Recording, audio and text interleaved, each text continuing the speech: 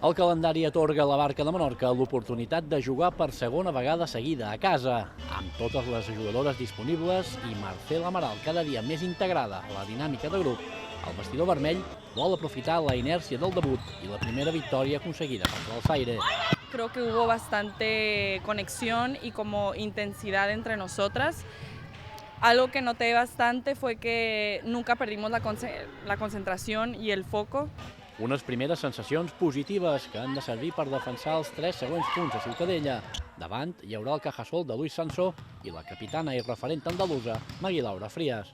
Que es muy importante, es una jugadora con mucho potencial, mucha experiencia, entonces sabemos que va a ser un equipo que no nos va a dar chance ni de empezar a medias. El partit de pretemporada a Sevilla queden fora, però les de Pep Llorenç volen agafar la iniciativa des del servei de defensa i en atac.